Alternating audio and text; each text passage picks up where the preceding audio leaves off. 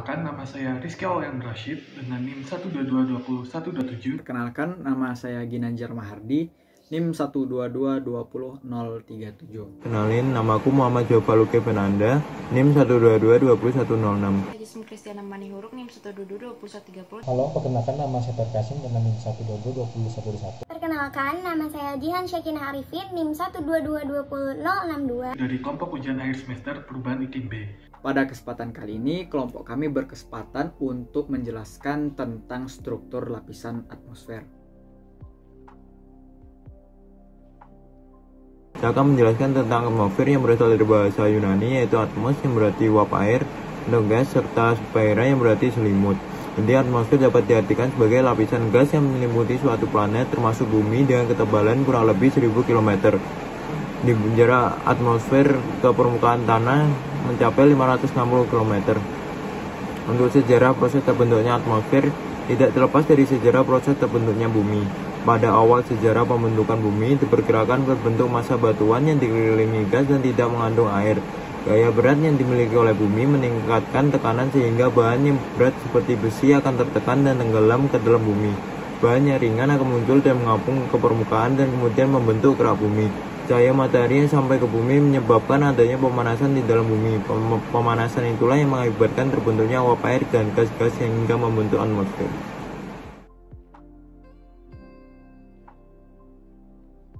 Komposisi atmosfer terdiri dari gas permanen, gas variabel, dan aerosol.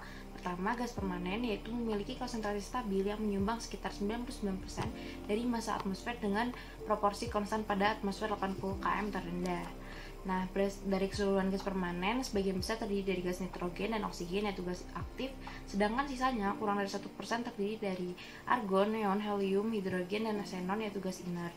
Kedua, gas variabel memiliki distribusi yang bervariasi dalam ruang dan waktu. Gas variabel menyumbang sekitar kurang dari 1% dari atmosfer di bawah 80 km. Bisa dilihat dari tabel berikut ini bahwa total dari H2O, CO2 ditambah O3 yaitu sekitar 0,296%, di mana H2O terbentuk melalui siklus evaporasi, kondensasi, dan presipitasi.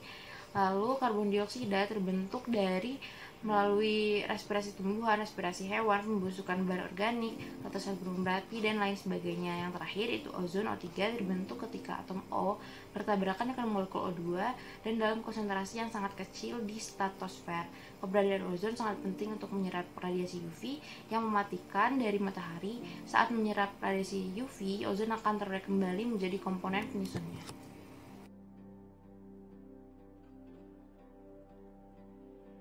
Salah satu komponen penyusun atmosfer adalah aerosol.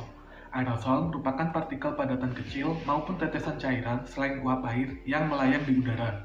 Aerosol berguna sebagai condensation nuclei, yaitu sebagai inti di mana air dapat mengembun. Aerosol dapat terbentuk dari pembakaran, sea spray, letusan vulkanik, reaksi kimia, dan juga debu dari angin. Aerosol hilang ketika terjadi presipitasi. Atmosfer bumi memiliki beberapa fitur unik. Komposisi atmosfer yang mengandung oksigen yang lebih banyak dari gas karbon dioksida, serta adanya gas rumah kaca menyebabkan suhu bumi nyaman untuk ditinggali. Tanpa adanya atmosfer, suhu bumi hanya sekitar 0 derajat Fahrenheit. Terdapat juga air dalam 3 fasa di atmosfer kita.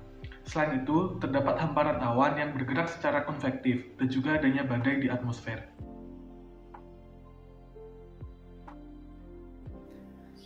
Bagian selanjutnya yang akan kita bahas adalah struktur vertikal atmosfer. Nah, apa sih struktur vertikal atmosfer itu? Struktur vertikal atmosfer adalah lapisan atmosfer secara vertikal yang terdiri dari beberapa lapisan. Lapisan-lapisan tersebut meliputi lapisan troposfer, stratosfer, mesosfer, dan termosfer. Namun, pada kesempatan kali ini, pada bagian kali ini kita tidak akan membahas tentang lapisan-lapisan tersebut.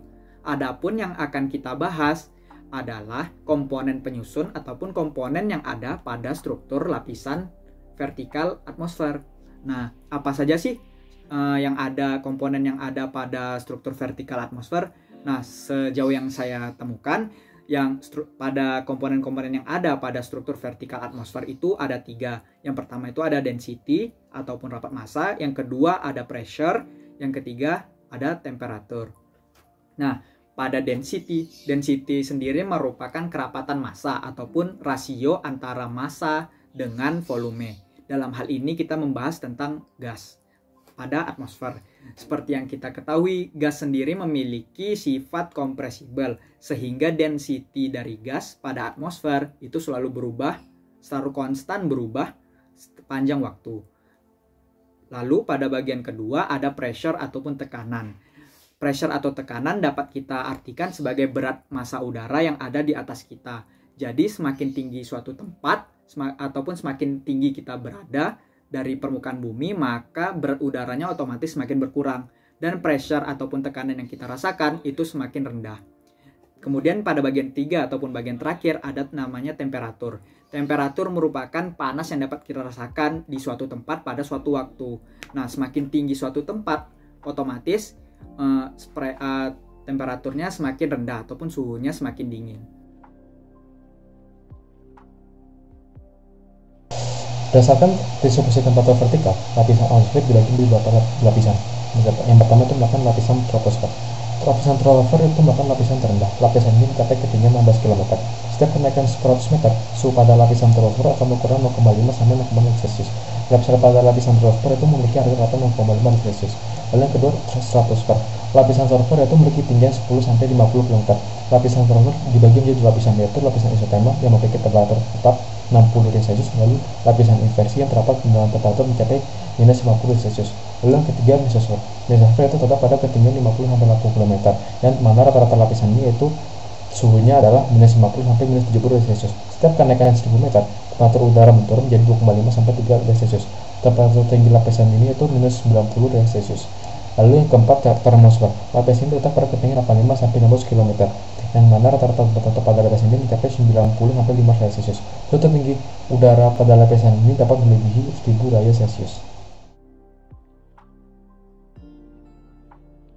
Perubahan, kenaikan, dan penurunan suhu pada atmosfer disebabkan oleh karakteristik dan fenomena yang terjadi pada setiap lapisannya. Pada lapisan troposfer terjadi perubahan cuaca seperti awan, angin, halilintar. Hal ini menyebabkan semakin tinggi lapisan di troposfer, maka akan semakin rendah suhunya. Pada stratosfer terdapat lapisan ozon yang berfungsi melindungi bumi dari sinar ultraviolet. Sinar ultraviolet yang terserap akan menyebabkan suhu di lapisan tersebut akan semakin tinggi. Sedangkan pada lapisan mesosfer, oksigen yang ada dalam atmosfer akan berkurang. Hal ini dikarenakan kerapatan udara yang semakin rendah. Yang terakhir yaitu lapisan termosfer. Suhu akan kembali meningkat terhadap ketinggian. Hal ini dikarenakan adanya molekul-molekul yang menyerap panas. Kerapatan pada lapisan ini juga sangat rendah. Namun hal ini justru membuat penyerapan panas matahari tidak sempurna, sehingga suhu akan kembali meningkat. Pada bagian terakhir kali ini kita akan membahas tentang bagaimana sih kondisi atmosfer yang ada di Indonesia. Seperti yang kita ketahui bersama bahwa Indonesia sendiri itu diapit di antara dua samudra yang sangat besar, yakni Samudra Pasifik dengan Samudra Hindia. Nah, apa sih pengaruh letak Indonesia yang ada di antara dua samudra ini? Nah, berdasarkan jurnal yang kami temukan bahwa pengaruhnya terdapat pada jumlah massa uap air yang ada pada atmosfer Indonesia. Nah, apa akibatnya? Akibat yang kami temukan berdasarkan jurnal ini mengakibatkan Indonesia memiliki jumlah curah hujan yang tinggi dan sering terjadi badai. Demikian yang dapat kami sampaikan. Apabila ada salah-salah kata, kami mohon maaf. Terima kasih telah menyaksikan.